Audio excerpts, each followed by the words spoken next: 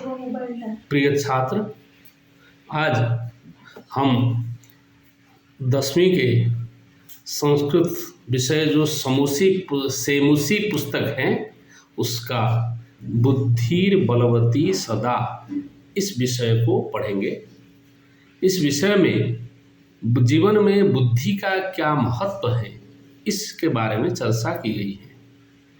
तो इस कथा के आरंभ में कहा जाता है, प्रस्तुतोऽयं पाठः शुकसप्ततिः कथाग्रन्थस्य सम्पादनं कृत्वा संगृहीतो अस्ति। अर्थात प्रस्तुतोऽयं पाठ, ये सामने जो पाठ है, विषय है, एक ग्रंथ है शुकसप्तति, वो कथा ग्रंथ है, उसमें कथाएं लिखी गई हैं। उसका संपादन करते हुए संपादनम कृत्वा संग्रह किया गया है।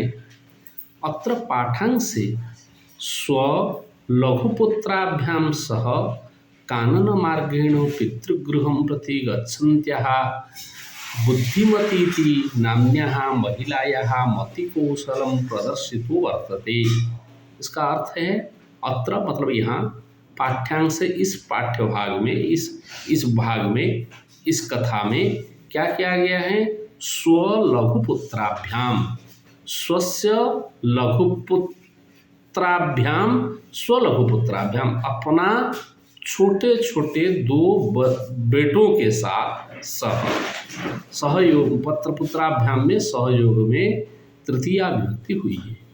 कानन मार्गेण, कानन मतलब, कानन शब्द का अर्थ है वन मार्ग से, पितृगृहम प्रति, पिता के घर के तरफ, गच्छन्त्याः जाती हुई, बुद्धिमतीति नाम्न्या महिलायाः, बुद्धिमती जिसके नाम है वैसे नाम वाली एक नाम्न्याः महिलायाः मतलब महिला की, मति कौशलम, मति शब्द का अर्थ है बुद्धि का कौशल, बुद्धि का वैशिष्ट्य प्रदर्शितो वर्तते, दिखाया गया है।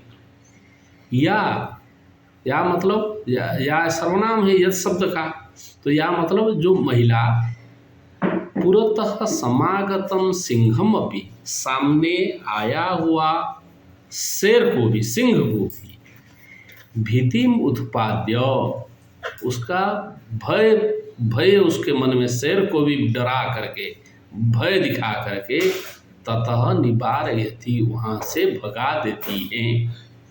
यम कथा, यह कथा क्या है? नीति निपुणयोः शुकसारिकयोः कथा माध्यमेन, यह कथा जो शुकसप्तति ग्रंथ है उसमें नीति शास्त्र से निपुण, नीति शास्त्र को जानने वाले शुक एवं सारिका, दो पक्षियों के कथोपकथन के रूप में कथा माध्यम से सद्वृत्ते विकासात्, छात्रों में सद्वृत्ति मतलब अच्छा कार्य के लिए, अच्छा कार्य हेतु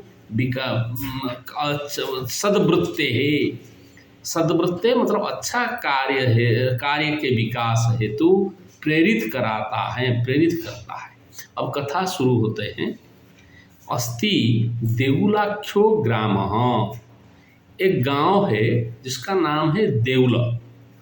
आख्या शब्द का अर्थ नाम, देउल नाम की एक ग्राम है। अस्ति मतलब है।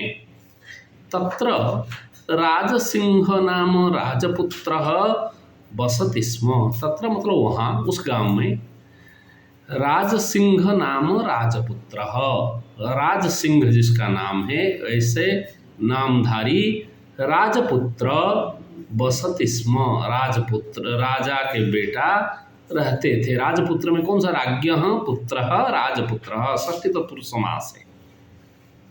बसति स्म, वास कर रहे थे। एकदा केनापि आवश्यक कार्येण तस्य भार्या, एकदा एकस्मिन् समय, एक समय, केनापि आवश्यक कार्येण, कोई आवश्यक कार्य से,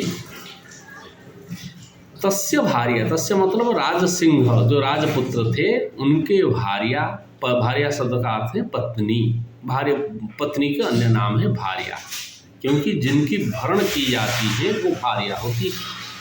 उनकी नाम क्या है? राजसिंह के भार्या व पत्नी की नाम क्या है? बुद्धिमती।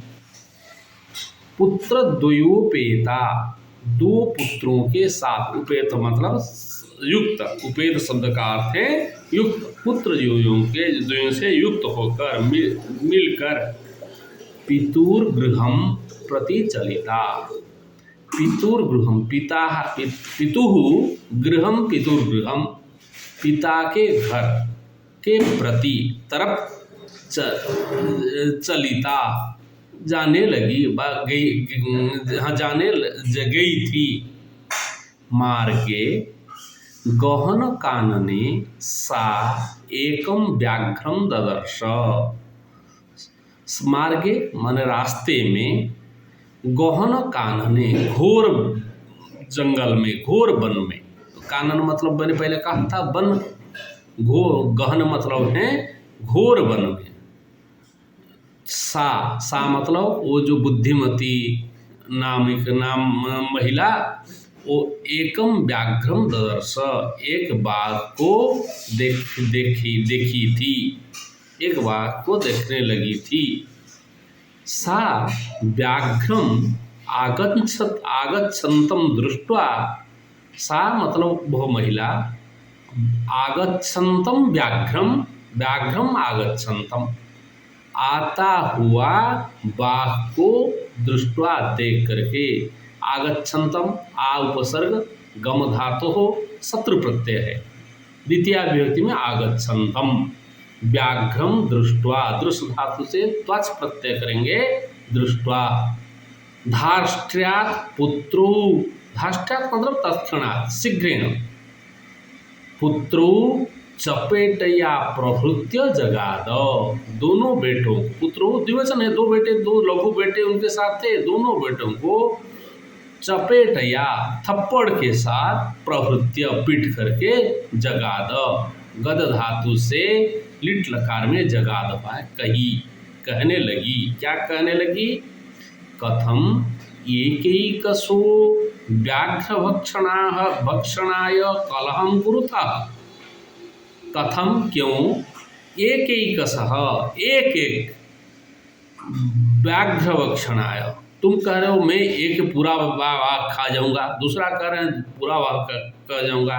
एकैकशः, एकैकशः, एकम एकम इति एकैकशः, एक शब्द से सस प्रत्यय होकर के विप्सार्थ में एक एक, व्याघ्र भक्षणाय, एक एक वाघ खाने के लिए, कलहम कुरुतः, कलह कर रहे हो तुम दोनों, एक एक बाघ खाने के लिए क्यों कलह कर रहे हो?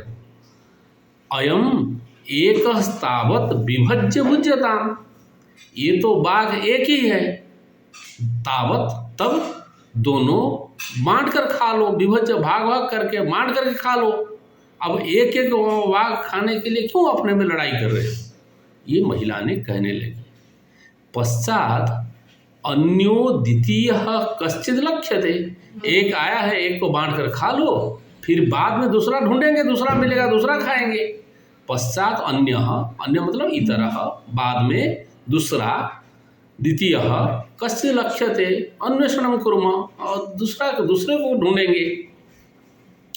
इति श्रुत्वा व्याघ्रमारी कश्चित् काचिदियमिति मत्वा व्याघ्रो भयाकुलचलितो नष्टः।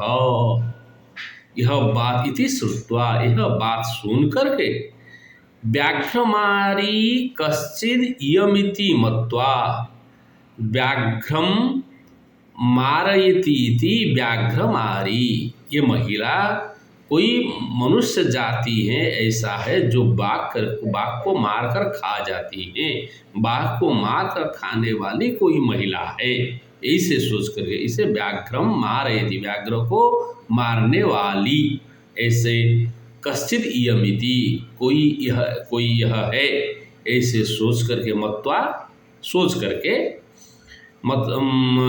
व्याघ्र बाघ भयाकुल चित्तः, भय से आकुल हुआ हो करके, भय से भययुक्त हो करके, आकुल चित्तः तो मतलब चित्त को, मन उसका भयाकुल हो गया, भययुक्त हो गया, हो करके नष्ट। नष्ट शब्द का यहाँ अर्थ है नष्ट धातु से त प्रत्यय, यहाँ नष्ट का अर्थ है पलायित, भाग गया। कौन भाग गया? बाघ। यह सुन करके सोचा कि ये कोई बाघ, व्याघ्र मारी कोई ये महिला है, तो ये हमें मार देंगे, ये सोच करके बाघ भाग गया। निज बुद्ध्या विमुक्ता सा भयात व्याघ्रस्य भामिनी, इसीलिए कहा गया है। भामिनी मतलब रूपवती महिला, निज व्याघ्रस्य भयात निज बुद्ध्या सा विमुक्ता, वो जो रूपवती राजपत्नी महिला है, कौन, उसके नाम क्या थी? बुद्धिमती। वो जो बुद्धिमती है वो बाघ के भय से कैसे, व्याघ्रस्य भयात् सा व्याघ्रस्य भयात् निज बुद्ध्या विमुक्ता, व्याघ्र के भय से कैसे रक्षा हुई, उसकी रक्षा कैसे हुई? अपने बुद्धि से। निज बुद्धिया मतलब अपने बुद्धि से, अपने बुद्धि के द्वारा उसकी विमुक्त हो गई, रक्षित हो गई, बच गई। अन्योपि बुद्धिवान लोके मुच्यते महतो भयात्, लोक में, समाज में भी, जो समाज में तो बुद्धिमान होने से, महतो भयात् महान भय से, विराट भय से भी लोग अपने बुद्धि से रक्षित होते हैं, रक्षा पाते हैं। तो बुद्धि ही अपने को रक्षा करती है। ये एक पाठ खत्म हुआ और इस दूसरे भाग में मैं इस पाठ का अवशिष्ट अंश फिर कहूँगा। धन्यवाद।